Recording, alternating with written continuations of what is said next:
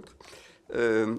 Madame la Présidente, Excellences, Mesdames et Messieurs les directeurs, Mesdames et Messieurs les professeurs, et chers tous, amis de la pensée, votre fille a 10 ans, que le temps passe vite. Madame, hier encore, elle était si petite. 10 ans. À 10 ans, on a passé l'âge de raison, mais on est encore un enfant. De la bouche de qui, comme chacun sait, sort la vérité. Encore une enfant, tant mieux. Les rencontres philosophiques de Monaco ont de belles années devant elles. De belles années à grandir en sagesse, en doute, de belles années à chercher. Chercher quoi? La vérité, pardi, ou plutôt des vérités. La vérité, c'est ce grand thème effrayant qu'elles se sont offerts pour leur anniversaire. Nietzsche disait que la vérité, mieux valait la laisser se cacher pudiquement derrière des voiles. Mais Nietzsche disait-il toujours la vérité? Le réseau de Donald Trump s'appelle Truth Social. Mais arrive-t-il à Trump de dire la vérité? Raccrochons-nous à des faits simples, à l'exactitude. Savez-vous combien il y a eu de rencontres philosophiques en 10 ans, en vérité?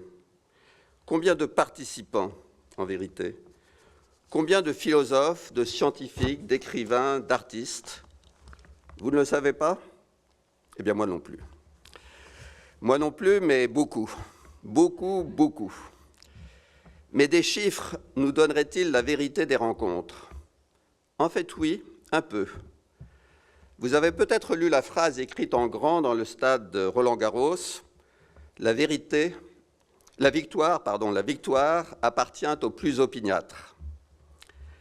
Eh bien, les centaines de rencontres tous les mois, depuis 10 ans, au théâtre, à l'hôpital, dans les écoles, au marché, au café et même au casino ou à l'opéra, disent une vérité très belle des rencontres philosophiques de Monaco, leur constance, leur opiniâtreté. Les rencontres philosophiques de Monaco sont le contraire d'une toccade. Elles sont un fleuve qui creuse sa vallée. Et puis, au-delà du nombre, au-delà des chiffres, bien sûr, il y a la vérité de la petite fille, du petit garçon, chez qui elles ont fait naître, lors d'un atelier philo à l'école, le goût d'une pensée libre. Il y a la vérité de la dame, tout émue encore, en rentrant chez elle, de la question qu'elle a osé poser au grand philosophe. Il y a la vérité du badaud, qui, faisant tranquillement son marché le matin à la Condamine, n'en est pas revenu de découvrir son souverain, discuter éducation ou écologie, au milieu d'un cénacle de savants et des étalages de tomates et de courgettes. Il y a la vérité de la bibliothécaire de Monaco, mais pas seulement de Monaco, de Tourcoing ou même de la BNF, qui a lu et annoté chacun des livres, chacune des publications des rencontres depuis 10 ans et leur a consacré un rayon spécial. Ou bien la vérité des rencontres, faut-il la chercher ailleurs, dans les questions du public, dans les moments partagés à la sortie du théâtre, dans les joies des apéros philo et dans les réunions qui débordent en fou rire. J'avais aussi parlé de nuit blanche, etc., mais ça, Laura me l'a censuré. Les rencontres, ce sont aussi la jubilation, sinon de la vérité, du moins de la recherche de la vérité. Alors, les rencontres ont 10 ans. Les prix Philo Monaco, eux, fêteront leurs 10 lauréats l'année prochaine. Les prix récompensent les œuvres et les éditeurs les plus divers, témoignant autant de l'ouverture d'esprit du jury que de l'amplitude de la pensée contemporaine. Ces prix affirment et surtout font que, quoi qu'il en soit d'un affaissement du souci et du respect de la vérité à notre époque, tout n'est pas fichu. La bataille continue. Et c'est pour ça que je vais donner la parole à l'amoureuse de la vérité, notre présidente, Charlotte Casiraghi. Et là, pour le coup, je vous demande une véritable ovation pour elle et à travers elle pour les rencontres.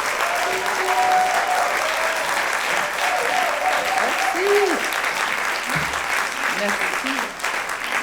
Merci beaucoup.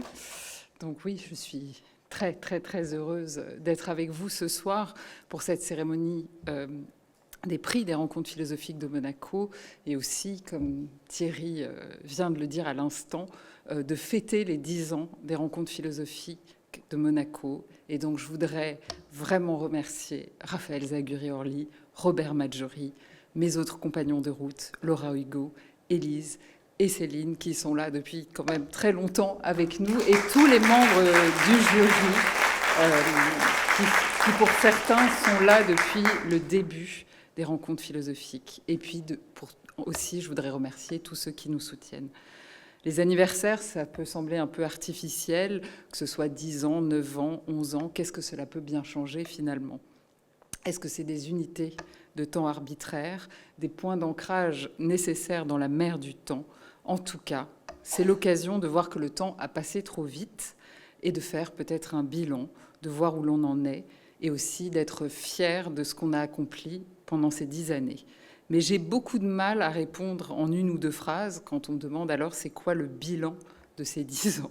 Je vais essayer d'être synthétique et de dire les choses de manière très simple. La première chose qui me vient, c'est que nous avons réussi en 10 ans à faire de Monaco un lieu où la philosophie fait partie de la vie de la cité. Nous avons réussi à construire des lieux de pensée qui n'existaient pas avant.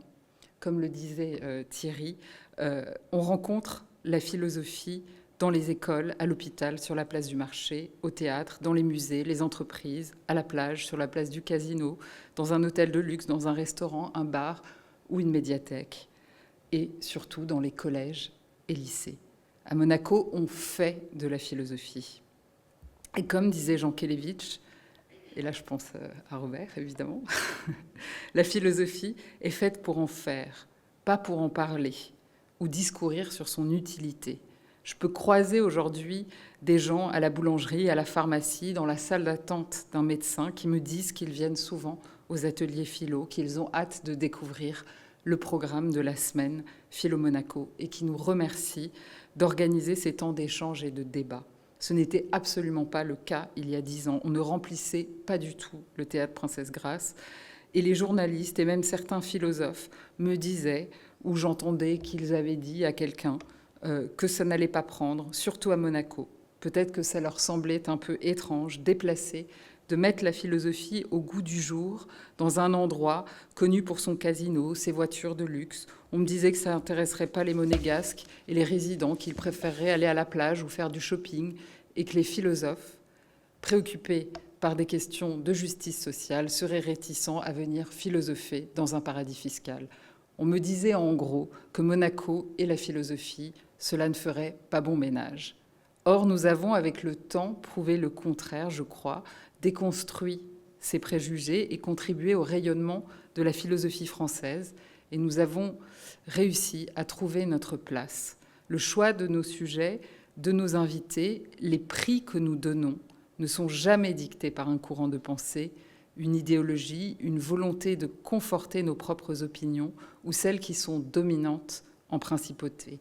On n'hésite pas à bousculer, à mettre sur la table des sujets brûlants, à parler de la crise migratoire, des inégalités sociales, du droit à l'avortement, des dérives du capitalisme, de solidarité, d'amour, de féminisme, de sexualité, de la crise climatique comme de la gastronomie, de se mettre en maillot de bain, du bord de mer, du sport, et j'en passe.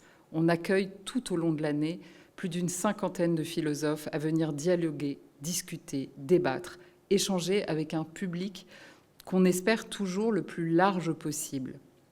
La philosophie ne fait plus peur à Monaco. Elle appartient à tout un chacun. Et c'est pourquoi tout ce que nous organisons depuis le départ est gratuit et en libre accès.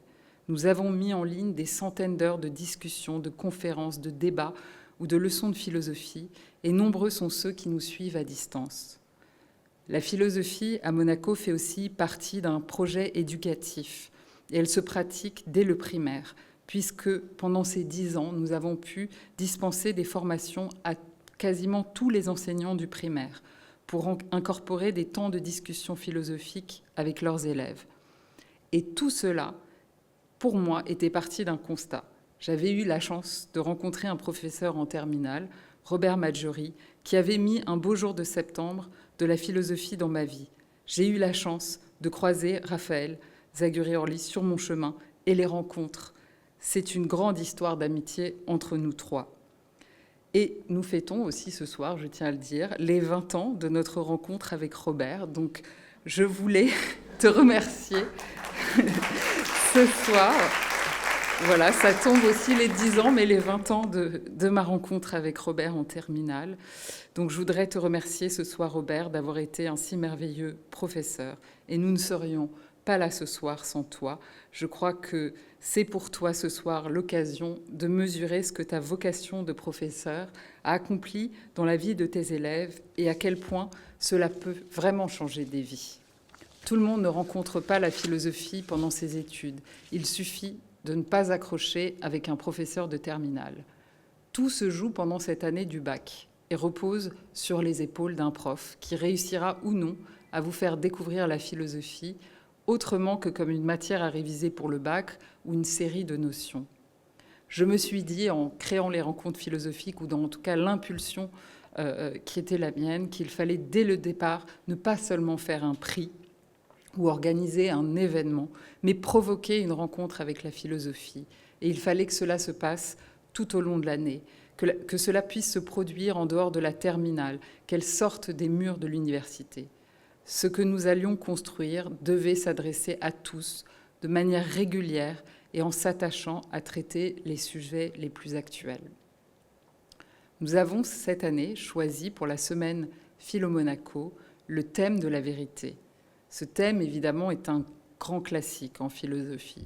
C'est même la recherche de la vérité qui définit l'essence de la philosophie. Cette question, évidemment, est d'une actualité redoutable, mais pour les mauvaises raisons, car la vérité n'a jamais été aussi obsolète. Ce qui semble primer dans les discours, c'est ce que chacun veut croire. Cela n'est pas tout à fait nouveau. Mais c'est vrai qu'avec les réseaux sociaux et l'IA, ce phénomène a été amplifié, à tel point que nous assistons à une crise de confiance inédite dans les institutions, le savoir, la vérité scientifique et l'université. Si la vérité est menacée, c'est que la philosophie est en grand danger. Alors comment la protéger et l'appeler à la rescousse dans ces temps difficiles? Comment résister à tout cela? Je n'ai absolument pas la prétention de dire que la philosophie va nous sauver, mais nous devons faire face à tous ces bouleversements sans basculer dans le ressentiment, le nihilisme ou la paranoïa. Et peut-être que la philosophie permet de garder un cap. J'ai choisi de vous lire ce soir un passage, puisque chaque année, je clôture mon discours en lisant un texte. Et ce soir, j'ai choisi de vous lire un passage de L'homme révolté de Camus, dans le chapitre intitulé « La pensée de midi ». La pensée de midi est pour Camus une façon de retrouver une boussole dans un monde complètement déboussolé. C'est un appel à ne pas démissionner face à la bêtise du monde. La pensée de midi est ancrée dans les entrailles d'un grand héritage méditerranéen. C'est une pensée tragique et solaire née au bord de la mer. Camus s'inscrit dans l'héritage grec, celui de la sophrociné, la tempérance.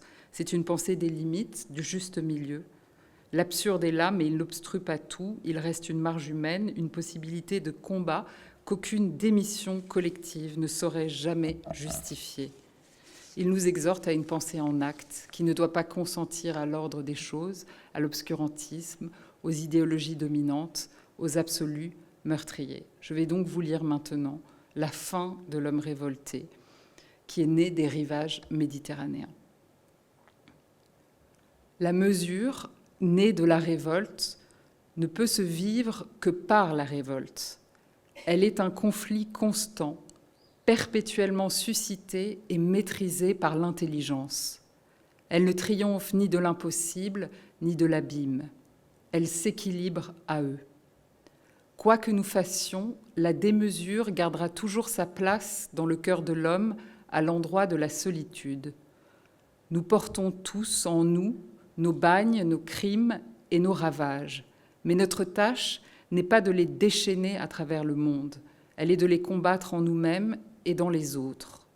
La révolte, la séculaire volonté de ne pas subir, dont parlait Barrès, aujourd'hui encore, est au principe de ce combat. Mère des formes, source de vraie vie, elle nous tient toujours debout dans le mouvement informe et furieux de l'histoire. Et déjà, en effet, la révolte, sans prétendre à tout résoudre, peut au moins faire face. Dès cet instant, midi ruisselle sur le mouvement même de l'histoire. Autour de ce brasier dévorant, des combats d'ombre s'agitent un moment, puis disparaissent, et des aveugles touchant leurs paupières s'écrient que ceci est l'histoire. Les hommes d'Europe, abandonnés aux ombres, se sont détournés du point fixe et rayonnant. Ils oublient le présent pour l'avenir, la proie des êtres pour la fumée de la puissance, radieuse, la misère des banlieues pour une cité promise, la justice quotidienne pour une vraie terre. Ils désespèrent de la liberté des personnes et rêvent d'une étrange liberté de l'espèce, refusent la mort solitaire et appellent immortalité, une prodigieuse agonie collective. Ils ne croient plus à ce qui est, au monde et à l'homme vivant. Le secret de l'Europe est qu'elle n'aime plus la vie. Ces aveugles ont cru puérilement qu'aimer un seul jour de la vie revenait à justifier les siècles de l'oppression. C'est pourquoi ils ont voulu effacer la joie au tableau du monde et la renvoyer à plus tard. L'impatience des limites, le refus de leur être double, le désespoir d'être homme les ont jetés dans une démesure inhumaine. Merci beaucoup.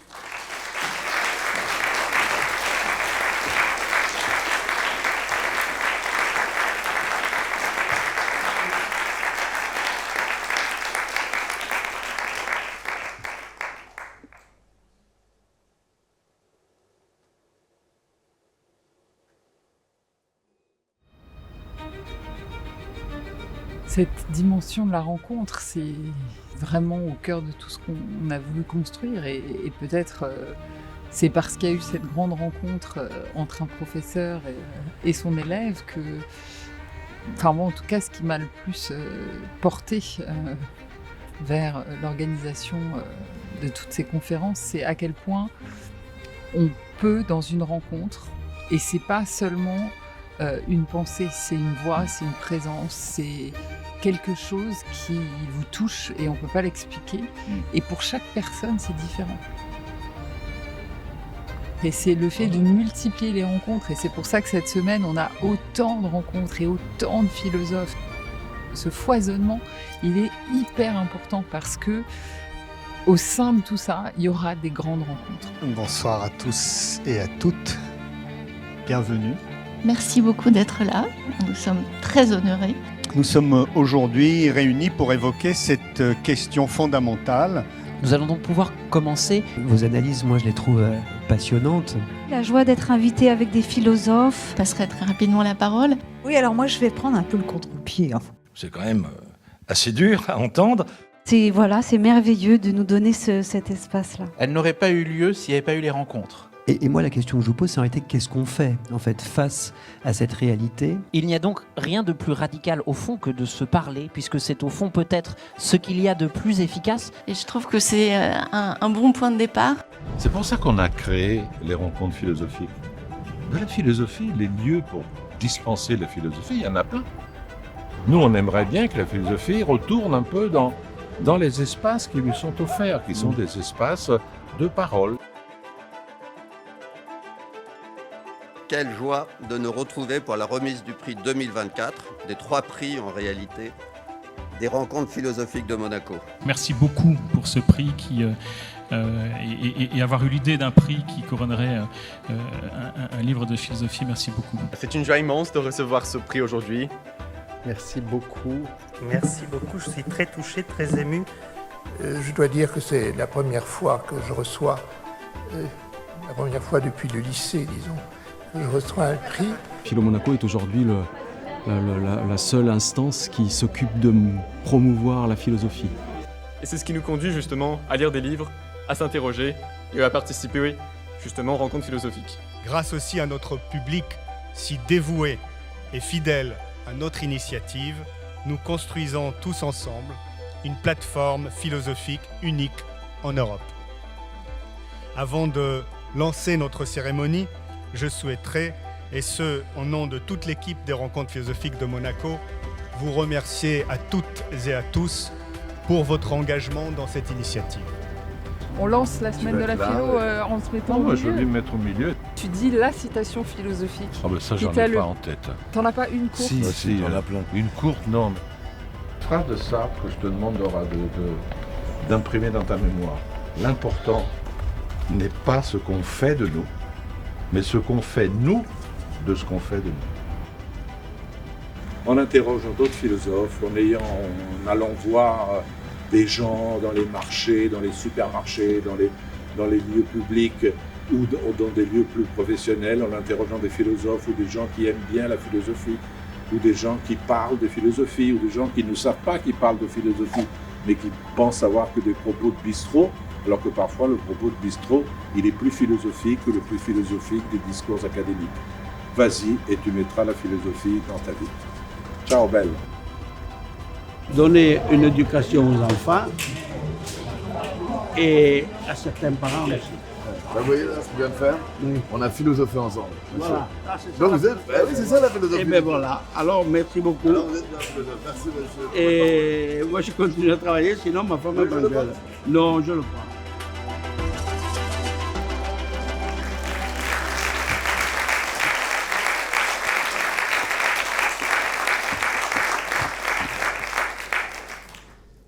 Il y a cette tradition formidable de réfléchir à cette question « Qu'est-ce que la philosophie ?» qui s'enrichit d'année en année, puisque le lauréat du prix de l'année dernière va venir réfléchir avec nous sur ce sujet maintenant. Donc j'appelle l'auteur de « L'homme sans moi, essai sur l'identité » paru aux éditions PUF, lauréat du prix 2024, Pierre Guénantia, à venir nous rejoindre sur scène et répondre à la question.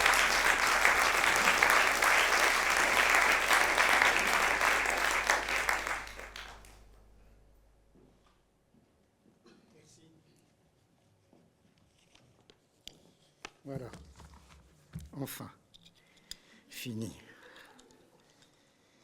Bon, d'abord, je voudrais remercier évidemment très sincèrement. Ça va, je parle, vous m'entendez? Bon. Remercier très sincèrement Charlotte, Robert, Raphaël et les autres, comme on dit dans les films, mais aussi Laura et toute l'équipe des rencontres philosophiques.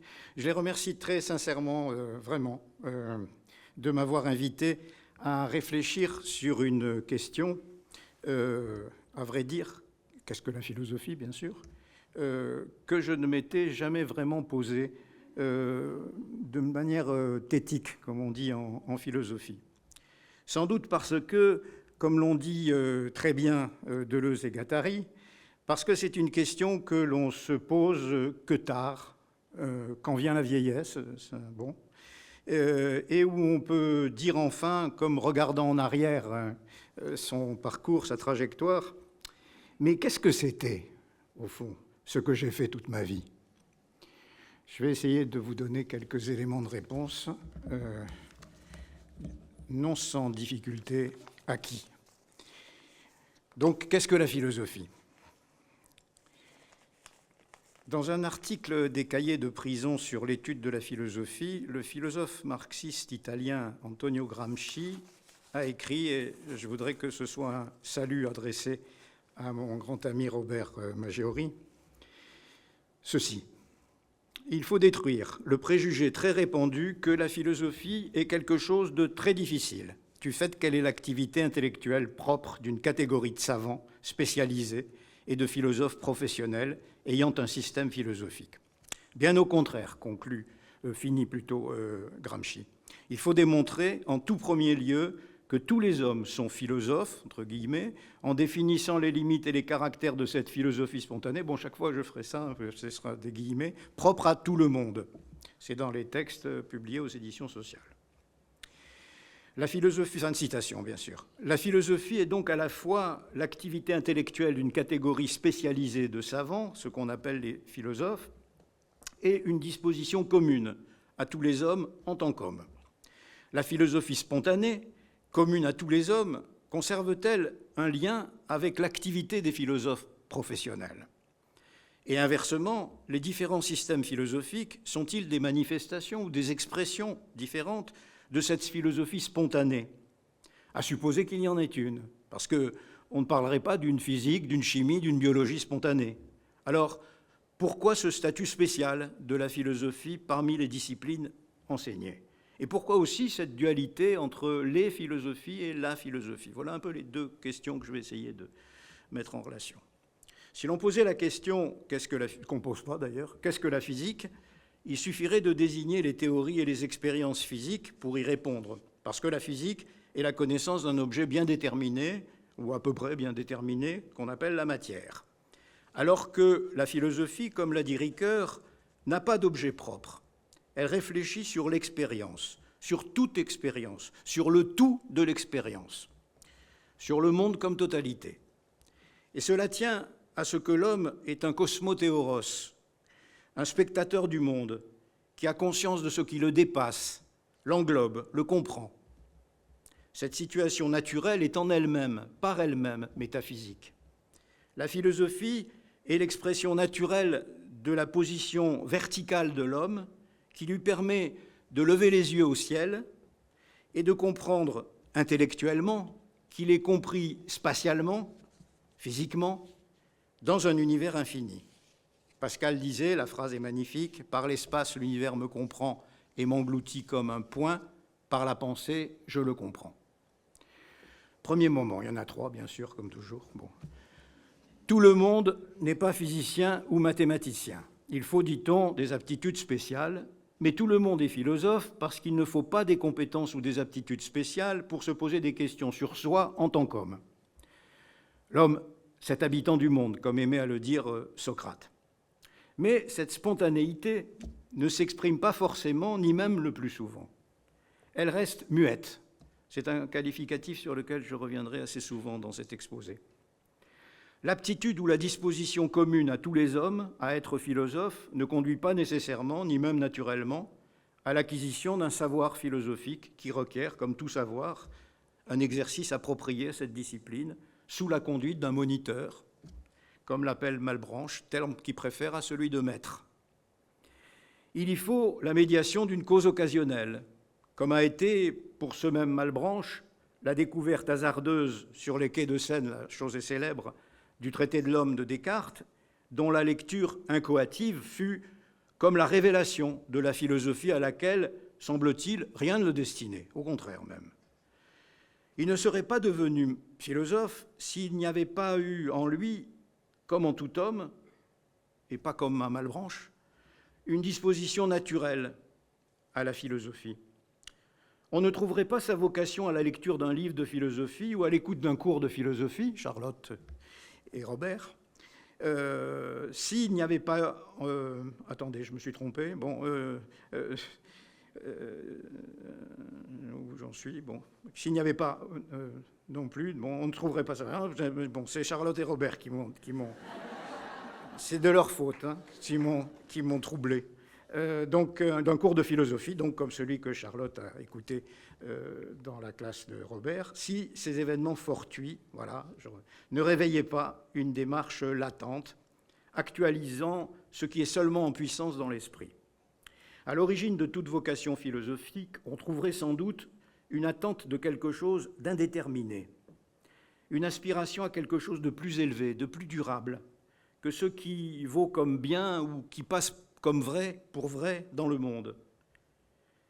Mais à la différence de la vocation religieuse, qui se manifeste par un éblouissement, un ravissement de l'esprit et donc du moi, la vocation philosophique commence par un retrait, un recul, une interrogation de l'homme sur ce qui l'entoure. Il est tout à fait d'un philosophe, je ne peux pas ne pas citer cette phrase, il est tout à fait d'un philosophe ce sentiment, s'étonner, tautomazzein, la philosophie n'a point d'autre origine, arché, traduit origine. C'est dans le tête, bien sûr. Un tel sentiment suspend le cours habituel de l'expérience. Il place l'homme dans la position d'un observateur muet, d'un spectacle qu'il ne croit plus comprendre. Il va alors, pour la première fois de sa vie peut-être, demander raison de ce qui lui apparaît comme déraison. Il va éprouver le besoin de justification et s'engager alors dans la voie de la philosophie, qui n'est pas, à mes yeux, synonyme d'assentiment à la réalité ou à l'ordre du monde, mais qui est au contraire et d'abord expérience d'un désaccord, d'une déception, qui sont les formes négatives de la demande de raison. Désaccord sur le plan éthico-politique, mais aussi déception causée par la philosophie des savants et des spécialistes lorsqu'elle paraît coupée des questions simples et essentielles de tous les hommes, de ce que Gramsci appelle la philosophie spontanée. On trouverait de nombreux exemples dans l'histoire de la philosophie de ce retour sur soi contre la philosophie. Je pourrais évoquer Spinoza, je pourrais évoquer Kant, je pourrais évoquer Marx aussi, mais l'exemple de Descartes est sans doute le plus connu, et d'ailleurs plus connu par moi, et il a valeur paradigmatique parce qu'il a imprimé sa marque à presque toute la philosophie moderne. Un mot là-dessus.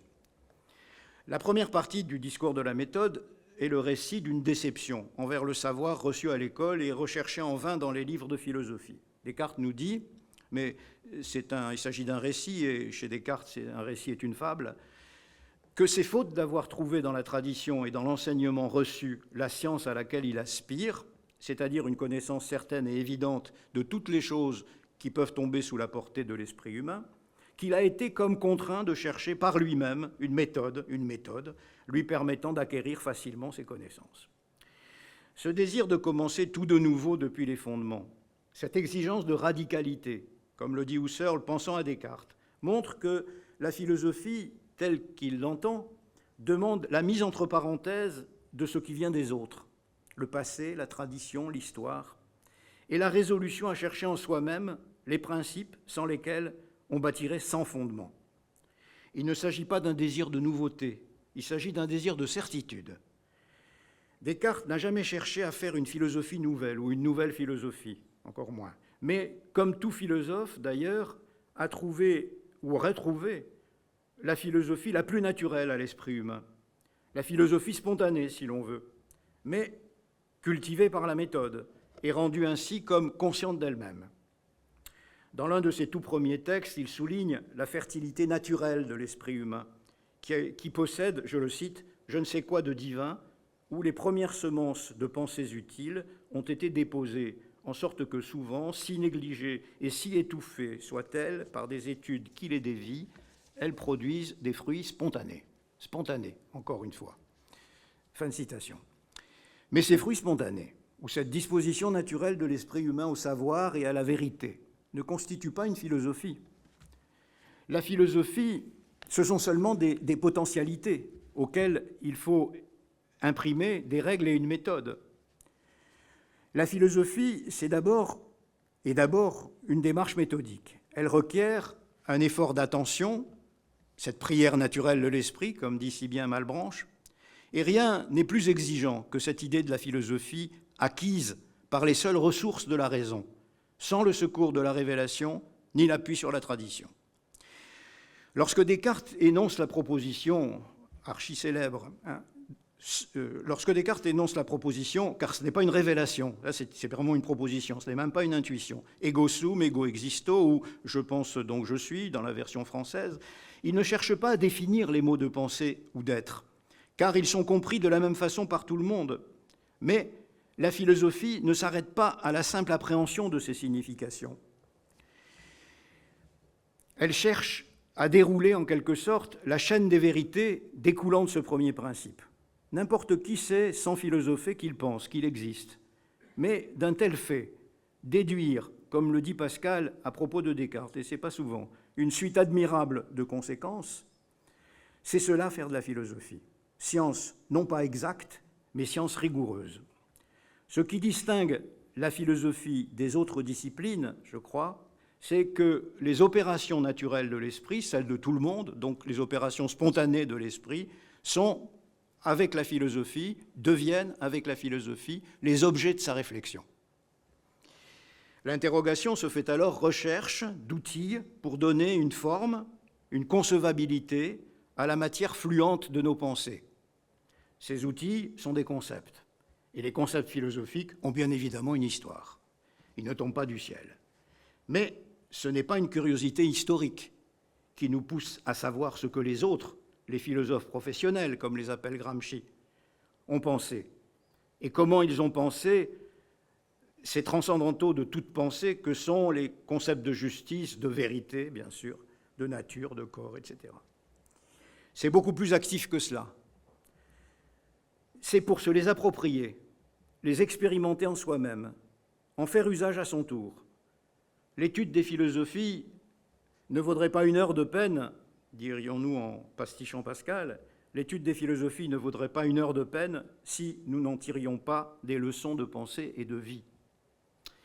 Ce mouvement qui porte la conscience, d'abord interrogative, à la recherche d'un sens qui soit philosophiquement fondé, c'est ce qu'a très bien décrit Husserl dans un texte d'introduction à la phénoménologie qui se présente comme le déploiement méthodique du commencement cartésien, qui pour Husserl est celui de toute la philosophie moderne.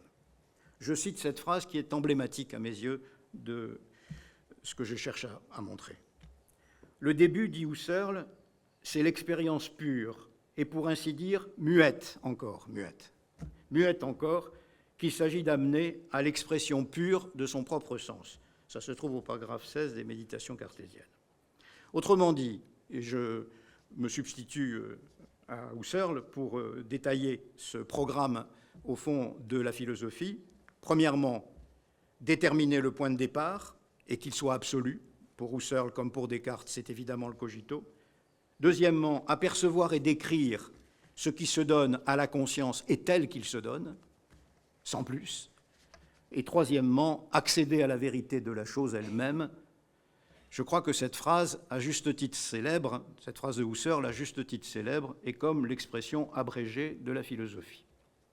Voilà pour mon premier moment. Deuxième moment. En effet, la philosophie, comme dit très bien ce grand lecteur de Husserl qu'est Merleau-Ponty, nous éveille à ce que l'existence du monde et la nôtre ont de problématiques en soi. Si l'admiration est la première passion de l'âme selon Descartes, c'est parce que l'homme n'est pas, comme le pensent Hobbes et Spinoza, qu'il n'est pas d'abord ce vivant qui recherche l'utile qui lui est propre, mais qu'il est d'abord un être jeté dans le monde et qui s'étonne de l'existence des choses extérieures et de la sienne propre. C'est pourquoi je définirai dans un premier temps, premier moment, qui serait un moment, disons, plutôt platonicien, la philosophie comme étant d'abord un effort d'élucidation de ce qui pose problème à une conscience qui, à la différence de l'animal selon Bergson, n'est pas sûre d'elle-même. Sans cette inquiétude, cet étonnement, sans cette inquiétude qui est le moteur du désir de savoir, l'homme serait un animal stupide qui éprouverait la satisfaction d'être sans que cette présence dans le monde devienne pour lui un sujet d'étonnement et de réflexion. Mais c'est comme homme, comme être générique, et non comme individu singulier, que le philosophe se pose cette question. Son existence singulière devient alors comme le champ d'expérimentation de la condition de l'homme, en général, comme on le voit par exemple dans les Essais de Montaigne. C'est sur l'être de l'homme que porte la recherche du philosophe, dit Platon. Et c'est pour cela que sa parole demeure actuelle, qu'elle n'est pas, ou pas essentiellement, à mes yeux, le produit culturel d'une époque, l'expression d'une conception ou d'une vision du monde, au contraire même. Elle excède la relativité d'un temps et d'un lieu, et c'est même hors de ce contexte qu'elle acquiert son sens le plus élevé. La philosophie, dès son commencement, a postulé l'existence d'une raison universelle, voir l'exemple du petit esclave du Ménon, d'un au-delà des croyances et des mythes qui forment l'esprit d'un peuple. Elle a fait paraître, pour la première fois peut-être, le caractère omnitemporel de l'être pensant et parlant.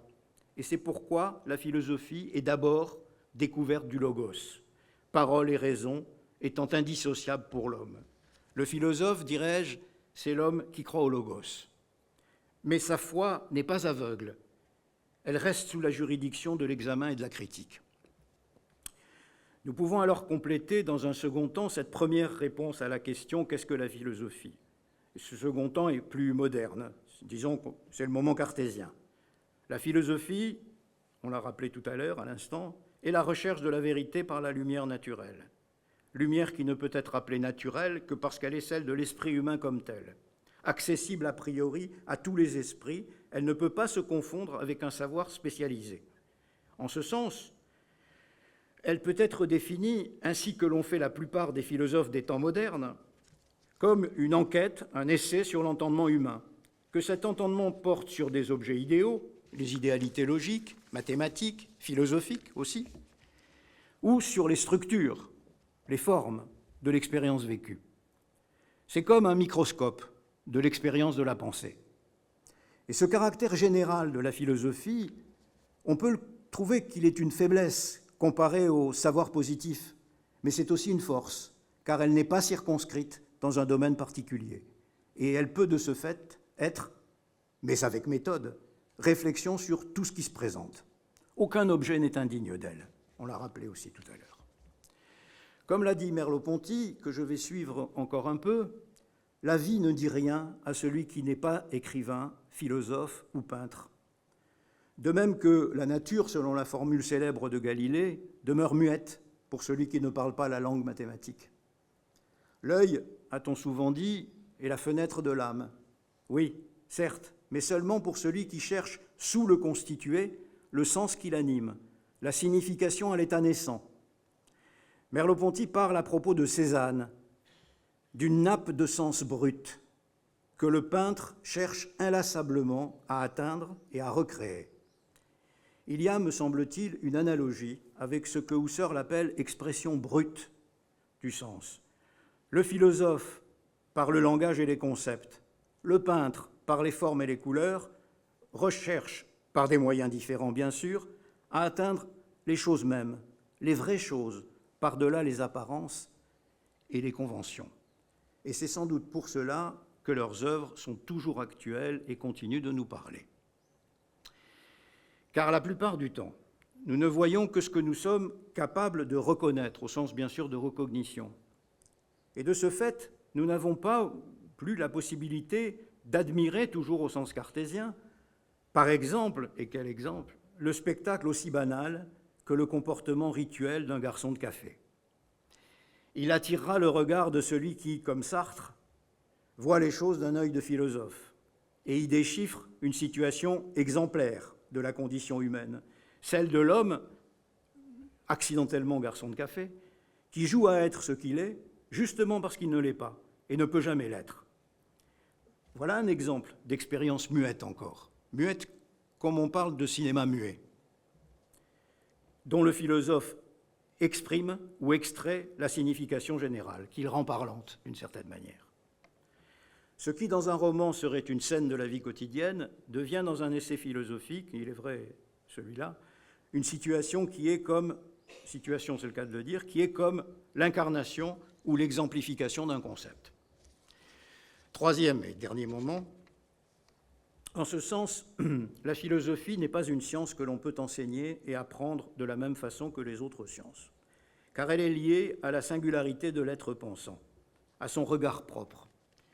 Une machine peut contenir tous les écrits philosophiques du monde, toutes les œuvres et tous les commentaires qui les prennent pour objet, mais elle ne pourrait pas faire ressortir et faire comprendre surtout l'unité et la continuité du questionnement philosophique, l'unité et la continuité du questionnement philosophique, le dialogue des philosophes entre eux à travers la diversité des philosophies. Ce va-et-vient, en quelque sorte, entre les questions permanentes et les réponses différentes exige même la présence d'un médiateur, d'un moniteur, pour reprendre l'expression de Malebranche. Et il s'établit alors un rapport personnel entre le maître et l'élève, le professeur et l'élève, entre l'auteur et le lecteur. Et je crois que ce rapport est assez analogue. Une machine pourrait nous dire quelles sont les philosophies qui ont été produites dans le monde. Mais elle ne pourrait sans doute pas nous apprendre à philosopher, ce qui est, à mon sens, le but principal de l'étude de la philosophie. On n'apprend pas des philosophies, dirais-je en pastichant Kant, on apprend à penser avec les philosophes. De Descartes encore, cette phrase, nous ne deviendrons jamais nous ne deviendrons jamais philosophes, oui, si nous avons lu tous les raisonnements de Platon et d'Aristote, et j'ajoute et de Descartes, et que nous sommes incapables de porter un jugement assuré sur des sujets qu'on nous propose. Fin de citation. Certes. Mais serions-nous devenus philosophes, à l'inverse, en quelque sorte, si nous n'avions pas été introduits et guidés dans les plus grandes et les plus durables pensées philosophiques, et si l'expérience de ce pluralisme cohérent ne nous avait pas prémunis contre le danger de la pensée unique et la séduction du dogmatisme. C'est pour ça que je dirais que la pluralité des philosophies n'est pas une objection à l'idée de la philosophie. Elle reflète ou exprime la complexité, la diversité, la contrariété de l'expérience humaine comprise dans sa plus grande généralité. Ainsi, peut-on, par exemple, soutenir que la philosophie est une préparation à la mort, mais aussi que l'homme libre ne pense à rien moins qu'à la mort, que sa méditation est une méditation de la vie. On peut affirmer, avec Descartes, que je pense, cogito, ego cogito, et reconnaître avec Leibniz que plusieurs pensées sont en moi, varia a me cogitantur. Cela n'est pas contradictoire, car c'est le propre d'un entendement fini de n'avoir que des vues partielles, distinctes et successives, et de ne pas pouvoir les totaliser. La philosophie n'est pas pensée de survol, comme dit Merleau-Ponty. Elle est au contraire un cheminement, une démarche méthodique, et les chemins de la pensée sont multiples et différents. C'est pourquoi l'histoire de la philosophie est assez peu historique, au sens commun de ce terme.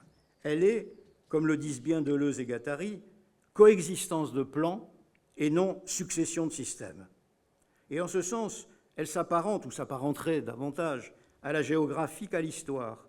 L'idée d'une géographie de la philosophie correspondrait mieux que celle d'histoire au côté stationnaire de la philosophie, car elle rapproche et compare des systèmes de pensée relevant d'époques différentes, comme s'ils étaient coprésents. Je conclus.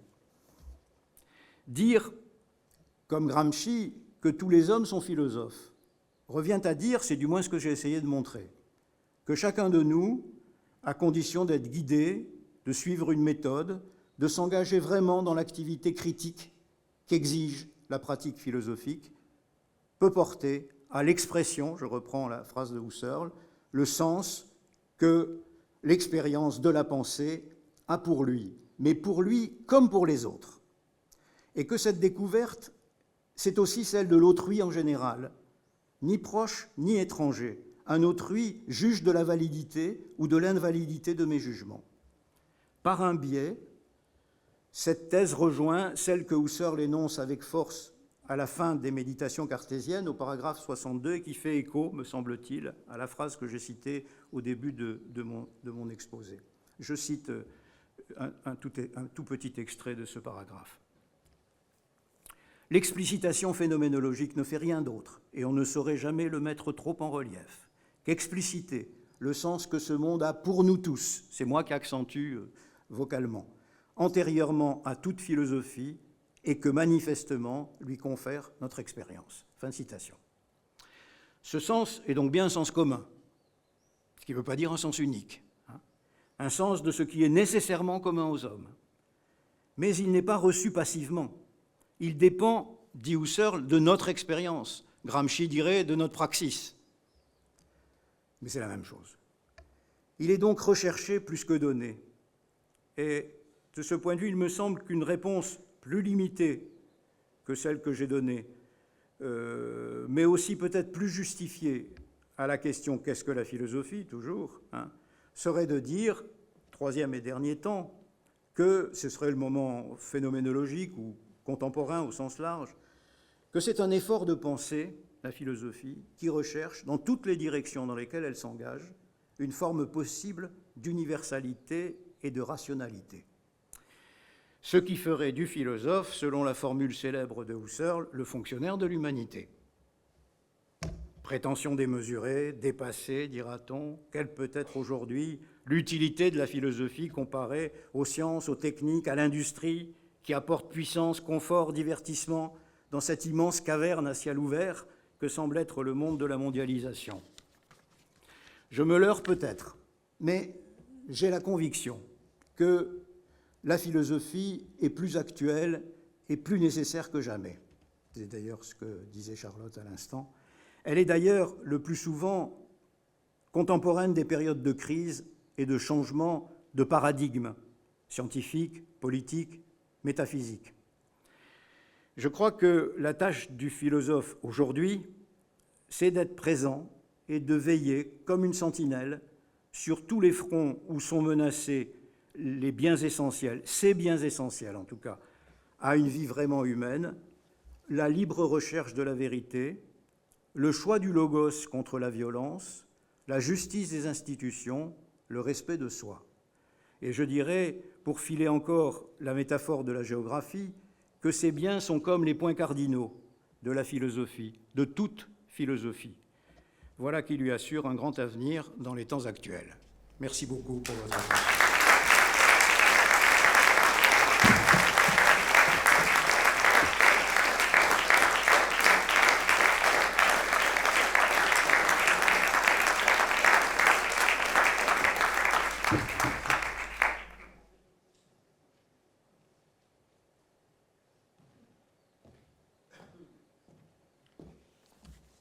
Merci beaucoup, Pierre Ganancia. Je crois que je peux dire au nom de tout le monde qu'on était suspendu avec vos lèvres. Il y avait un silence extraordinaire. C'était passionnant parce que c'était à la fois très érudit, très savant, mais surtout extrêmement sensible. On avait vraiment l'impression que c'est bien, parce que vous m'avez dit que dans votre travail de philosophe, jamais vous aviez affronté cette question. Tant mieux que les rencontres philosophiques l'aient fait, parce que il était temps, et pour nous, c'était vraiment c'était même touchant, en fait, pour dire la vérité. Voilà. Alors, chers amis, nous passons à la seconde partie de notre soirée, celle de l'attribution du prix 2025, ou des prix 2025, puisque le prix Philo-Monaco des lycéens, le prix Philo-Monaco de l'éditeur, et le prix, on pourrait dire le grand prix, le prix Philo-Monaco de l'essai. Pour ce faire, je vais appeler sur scène la présidente et les fondateurs philosophes des rencontres, Charlotte Casiraghi, Robert Maggiori et Raphaël Zaguri-Orly, ainsi que monsieur le directeur de l'éducation nationale, de la jeunesse et des sports de Monaco, monsieur Jean-Philippe Vinci.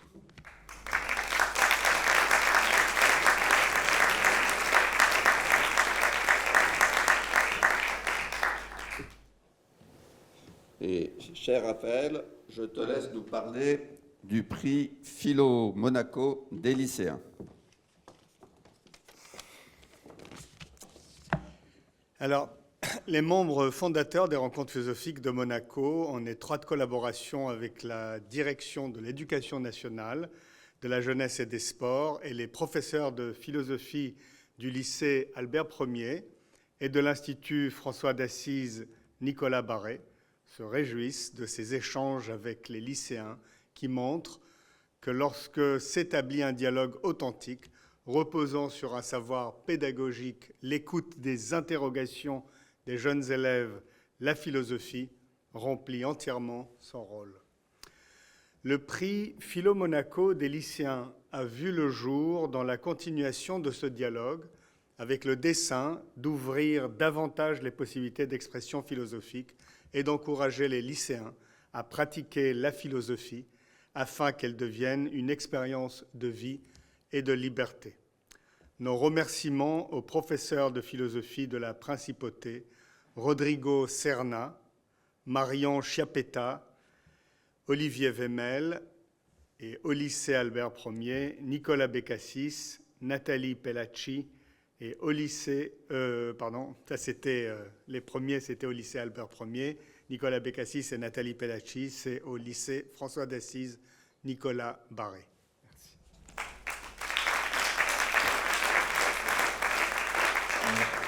Monsieur Vinci, je vous propose maintenant de nommer les six finalistes.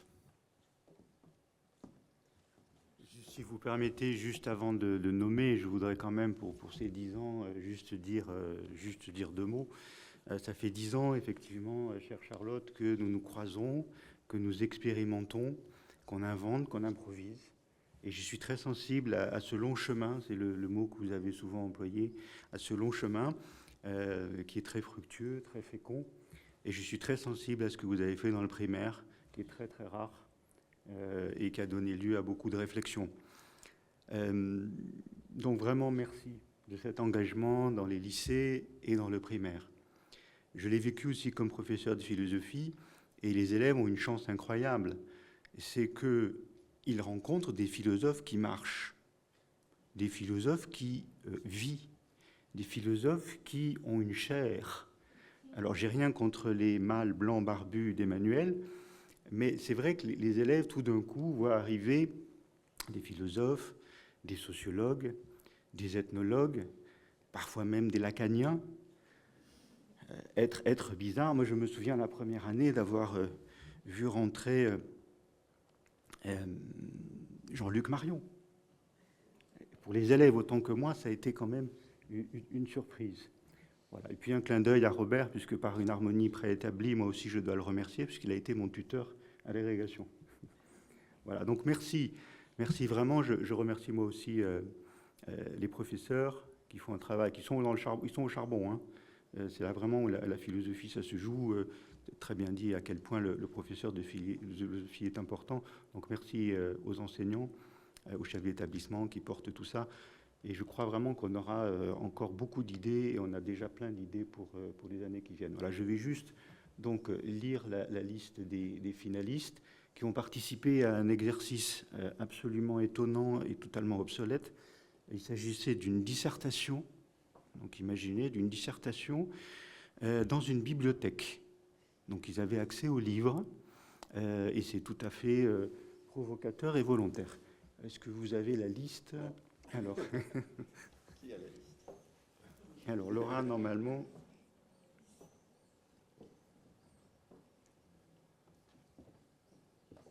Petit suspense. C'est le suspense, mais on a la liste, et surtout les gagnants.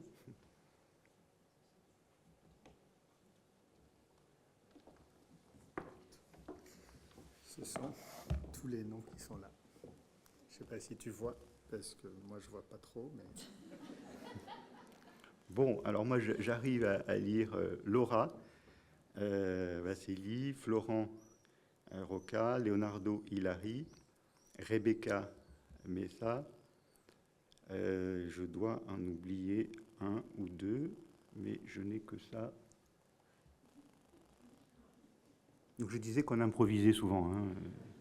Voilà. Ouais, je crois que c'est ça. Voilà. Donc je les remercie d'avoir participé, et Charlotte va donner le nom des lauréats.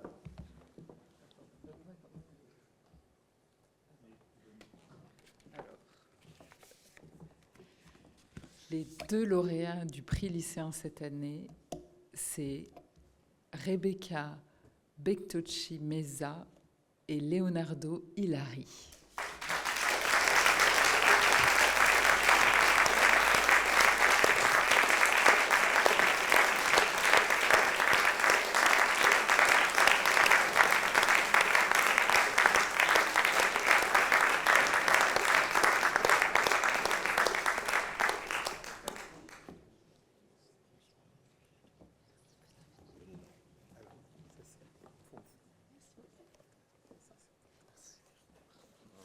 Bravo.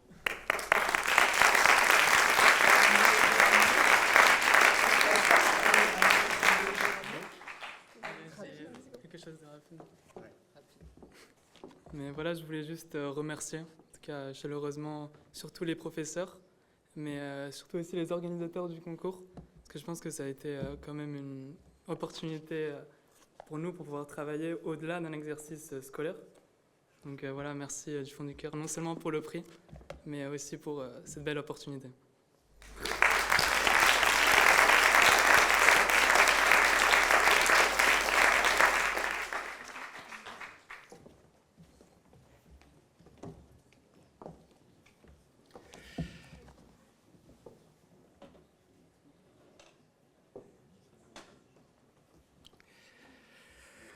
Chers amis, comme vous le savez, les rencontres philosophiques de Monaco doivent leur existence même non seulement aux philosophes et aux intellectuels qui nous accompagnent, à son public si fidèle, mais aussi, et nous ne les oublions jamais, aux institutions qui nous soutiennent et à leurs équipes.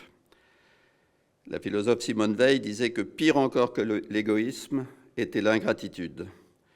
Prenons donc le temps de remercier ces acteurs de la vie culturelle de Monaco pour leur infaillible et généreux soutien. Le gouvernement, d'abord, de la Principauté de Monaco, sa ministre d'État, Isabelle Béraud-Amadei, la direction des affaires culturelles et sa directrice, qui nous fait l'honneur et le plaisir d'être avec nous ce soir, Françoise Gamerdinger, la direction de l'éducation nationale et de la jeunesse et des sports, son directeur, M. Jean-Philippe Vinci, la Fondation Prince-Pierre et son secrétaire général, M. Jean-Charles Cureau, le Théâtre Princesse Grace, et ce qui me donne l'occasion d'à nouveau remercier Françoise Gamerdinger, sa directrice, et François Larini et toute son équipe, Patrice Garcia, Franck Pagano, Sébastien Castel, Valérie Niflenegger, Frédéric Dabel et Anthony Rossi. La direction de la communication, Madame Geneviève Berthy et son équipe, en particulier Lydie Calvas-Blanchon.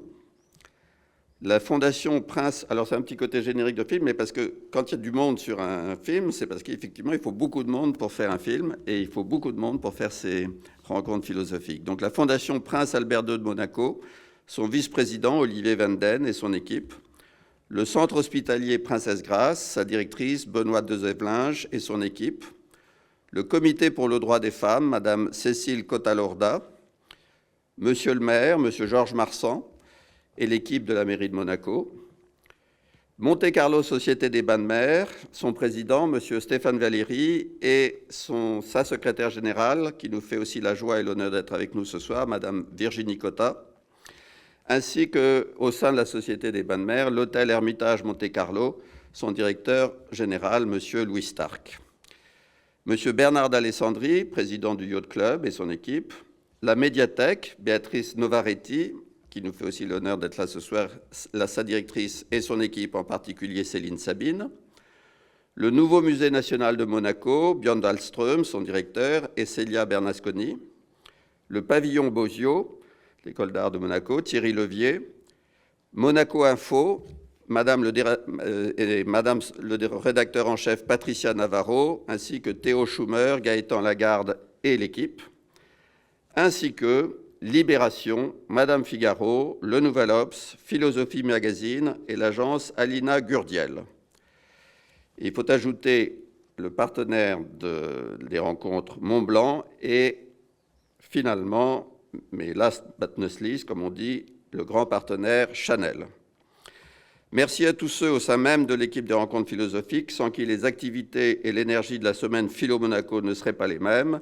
Élise Sayeta, que je vous demande d'applaudir. Céline Gourvet-Ludovici, Réjeanne Locatelli, David Hérault. Tout ça, vous pouvez applaudir sous ces noms. Nous remercions également Arthur Laure, je ne sais pas s'il est dans la salle ou dans le hall à côté, qui s'occupe de la librairie pendant la semaine et qui ouvre sa librairie à Monaco à l'automne. Alors, j'avais déjà dit ça l'année dernière, mais ça va se passer. Nous remercions aussi les stagiaires et puis une ovation un peu spéciale pour notre directrice, Laura Hugo.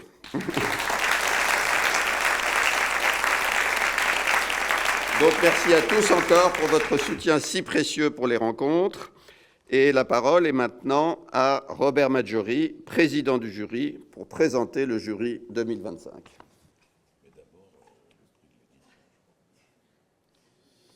C'est pas ce qui m'est marqué là, mon cher Robert, mais tu fais comme tu veux. Marqué après le prix de l'édition. Après, tu parleras du prix de l'édition, mais pour l'instant, tu présentes le jury. Très bien. Très bien. Donc, on va parler du prix Philo Monaco maintenant, le prix de l'essai que nous donnons chaque année. Et c'est effectivement, je crois, l'une des choses les plus, comment dirais-je, les plus prégnantes que nous avons présentées. C'est parti d'une idée un petit peu folle de donner effectivement un prix de philosophie année, parce que nous disions qu'il n'y avait pas de prix Nobel de philosophie. Alors on voulait en donner un, mais comme on n'était pas encore même pas une association, c'était simplement une prétention.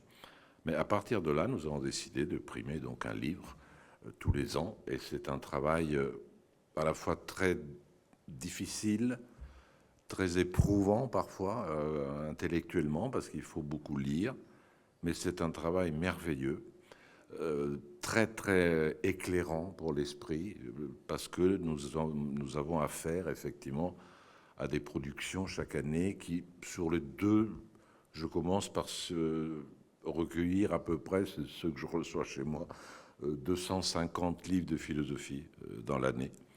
Une cinquantaine peuvent être éliminés assez vite parce que nous ne primons pas les ouvrages collectifs, les ouvrages trop techniques, les ouvrages qui sont des commentaires sur, même si c'est un bon livre sur Descartes, ben on l'écarte.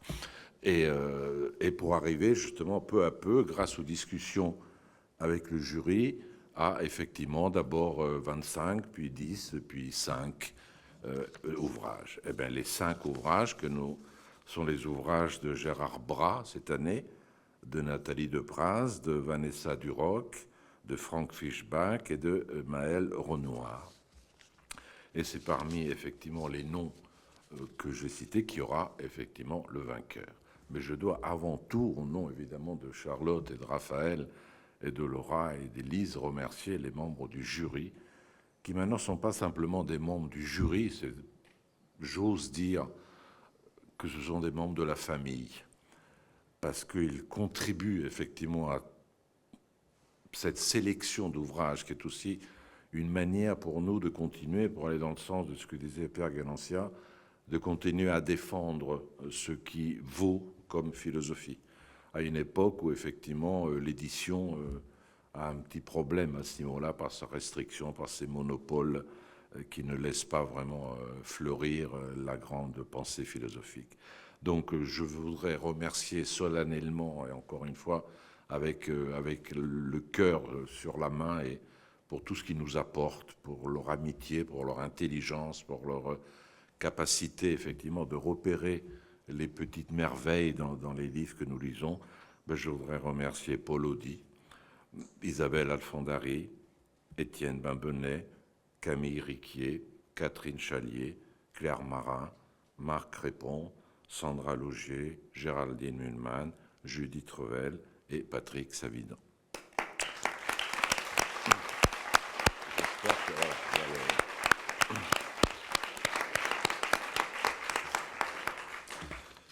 Eh bien, le prix de Philo Monaco cette année est décerné par... Ah, pardon. Mais avant...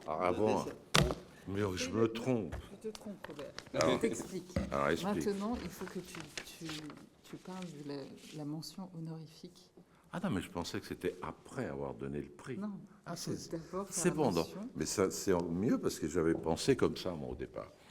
Et d'ailleurs, vous allez voir, parce que c'est la suite de mon discours, puisque je parlais de l'édition et de quelques malheurs de l'édition, de quelques malheurs monopolistiques de l'édition. Sachez qu'aujourd'hui, une très grande partie de l'édition appartient au même groupe, qui n'est pas un groupe particulièrement libéral, devrais-je dire, et même des maisons aussi qui avaient accueilli de grands ouvrages comme, je sais pas, Fayard, par exemple, eh ben, aujourd'hui ne promeut plus qu'un certain nombre de livres dont je citerai l'auteur, que vous reconnaîtrez, puisque c'est quelqu'un qui n'a jamais travaillé de sa vie et qui n'a jamais lu un seul livre. C'est le livre qui a été le plus diffusé cette année dans les librairies et les points presse et ainsi de suite.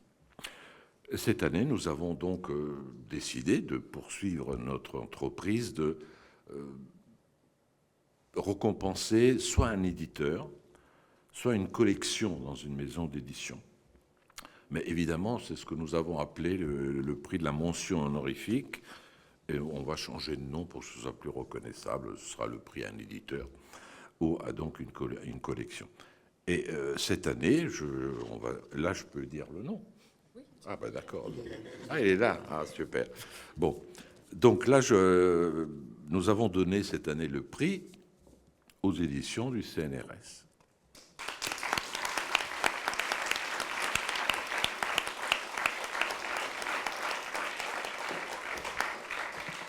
Je pense que c'est un choix significatif, parce que la maison d'édition du Centre national de la recherche scientifique ne publie pas seulement les ouvrages des chercheurs du CNRS, mais également d'universitaires et d'auteurs proches du monde de la recherche, avec près de 150 nouveautés par an, reparties entre livres et revues. Sa vocation est de valoriser les travaux des chercheurs et de promouvoir la science dans tous les domaines, en transmettant l'avancée des connaissances au grand public à travers des documents, des essais, des dictionnaires, des collections de poche, et ainsi de suite. Et les domaines que sont abordés, c'est l'histoire, la sociologie, l'anthropologie, la littérature, la philosophie, l'histoire des idées, la géographie. Et je voudrais simplement vous dire que les éditions du CNRS ont été, par exemple, propulsées d'abord par le grand mathématicien Henri Poincaré. Elles ont été dirigées par quelqu'un que je considère, moi, extrêmement haut dans le tableau d'honneur personnel, qui est Jean-Pierre Vernant, l'historien et le grand spécialiste de la Grèce, mais aussi Lucien Sphèse, par exemple. Et maintenant, les éditions du CNRS sont dirigées par Blandine Janton, et c'est elle que je vais appeler ici.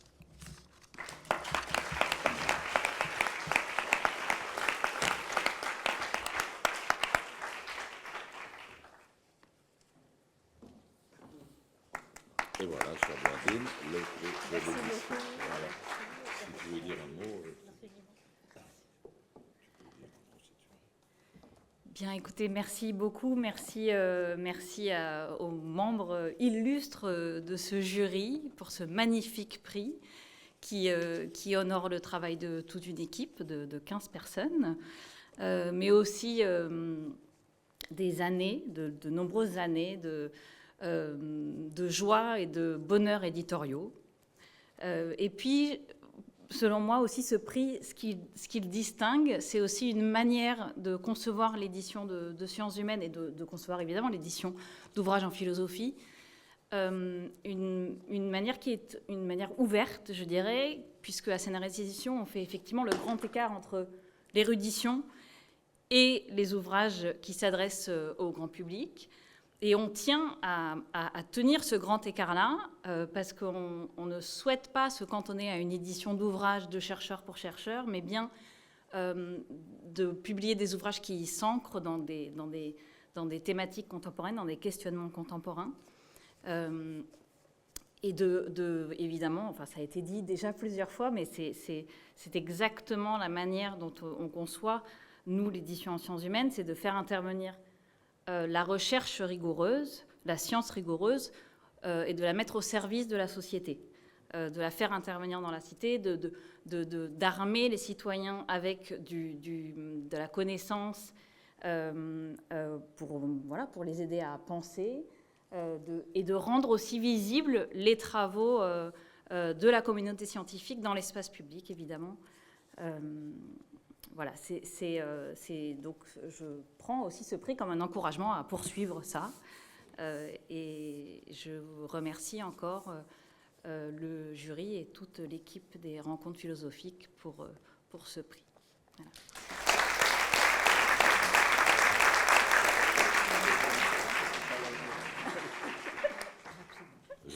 J'ajoute un mot. Parmi les publications, je ne vais pas citer le catalogue du CNRS, simplement certains auteurs qui ont été publiés: Gisèle Sapiro, Amena Guignot, Marie Garot, Michael Fossel, Annabelle Bonnet, Souleymane Bachar Diagne, Cynthia Fleury, Maxime Rovert, Geneviève Fraisse, Estelle Ferrarez, Sandra Laugier, Frédéric Worm, c'est-à-dire tous les philosophes, hommes et femmes, qui sont venus ici vous parler et que vous avez peut-être eu la chance d'écouter. Merci.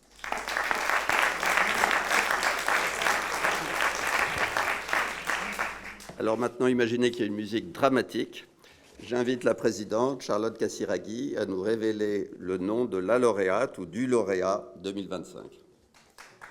Oui, alors, on garde le meilleur pour la fin. Alors, le lauréat du prix de cette année des rencontres philosophiques de Monaco, c'est Frank Fischbach pour Faire ensemble, reconstruction sociale et sortie du capitalisme aux éditions du Seuil.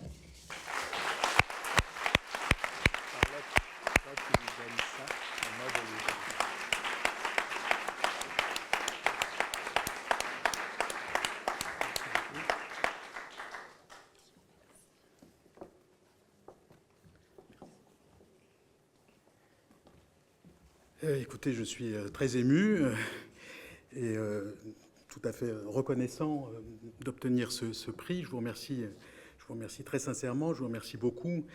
Je suis étonné aussi, je le dis très honnêtement, parce qu'en vertu de préjugés profondément ancrés dont il était question tout à l'heure, un livre sous-titré « Sortie du capitalisme » n'était pas forcément destiné à être couronné d'un prix. Donc les préjugés ont la vie dure, mais la philosophie sert aussi à les abattre, ces préjugés, et ça marche, la preuve. Donc vraiment, merci beaucoup.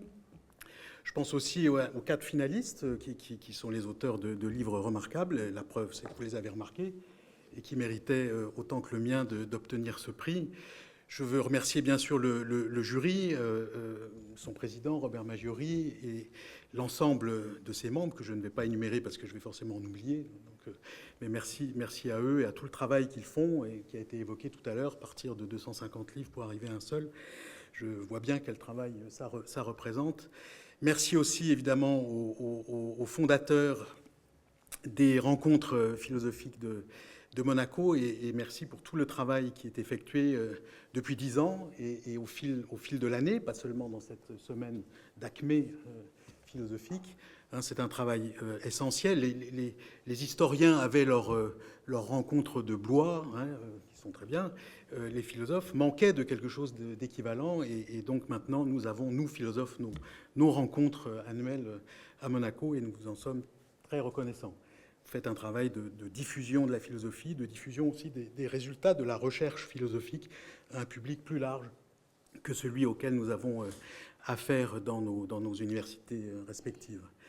Et je suis très sensible aussi, je vous suis très reconnaissant d'avoir été sensible aux défis que ce livre essaye de relever et que peut-être je dirais d'un mot qu'il s'agit au fond de trouver les moyens de résister à la destruction du noyau social de nos vies, de nos existences, et que nous en sommes là, c'est-à-dire nous sommes à un moment sans doute où les diagnostics assez pessimistes de certains des grands philosophes du siècle dernier, du XXe, avaient envisagé. Lukács parlait de pulvérisation de la vie sociale, Adorno de défiguration de la société, Karl Polanyi craignait, sous les coups de butoir du marché, que ce qu'il appelait la substance la substance naturelle et humaine de la société soit détruite. Je crois que nous en sommes là, nous en sommes à devoir relever ces défis-là, et ce livre que j'ai écrit voudrait apporter une contribution à cela sur la base d'une hypothèse, au fond simple, c'est que cette substance humaine et naturelle de la société dont parle Polanyi, si on la comprend de manière, comme un ensemble à la fois relationnel et comme un ensemble de pratiques, il y a peut-être moyen de faire quelque chose dans les temps qui sont les nôtres et de le faire ensemble, qui plus est. Donc, merci beaucoup pour avoir été sensible à ce pari, au fond, qu'est ce livre et aux défis qu'il essaye de relever. Merci pour cela et également pour tout le reste.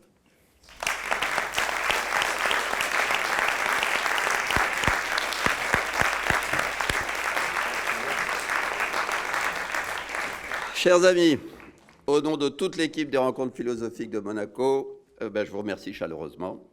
C'est pas fini, le festival de la philosophie, la semaine de philosophie. De demain, nous continuons nos activités philosophiques. Demain matin, au marché de la Condamine, faut-il ne jamais mentir? Grave question. Et puis, au déjeuner à l'après-midi, ici même, pour encore une journée dédiée au thème de la vérité. Samedi et dimanche aussi, ça continue. Samedi matin, à la terrasse du Café de Paris, sur la place du Casino, au Diable la Vérité, je crois. Et puis, à l'hôtel Hermitage, un moment, une performance sur le thème improvisation et création, avec Raphaël Zaguri-Orly et le grand pianiste et musicien Carole Beffa. Et puis, toute l'après-midi, toujours à l'hôtel Hermitage, à nouveau des réflexions sur la vérité. Et puis, le dimanche matin, la vérité des muscles à 11h30 au Yacht Club. Alors, à présent, j'invite les 2 lauréats du prix lycéen à revenir sur scène, ainsi que tous les membres du jury. et Laura Higo pour la traditionnelle photo. Merci encore, chers amis, et excellente soirée à tous, à toutes et à tous.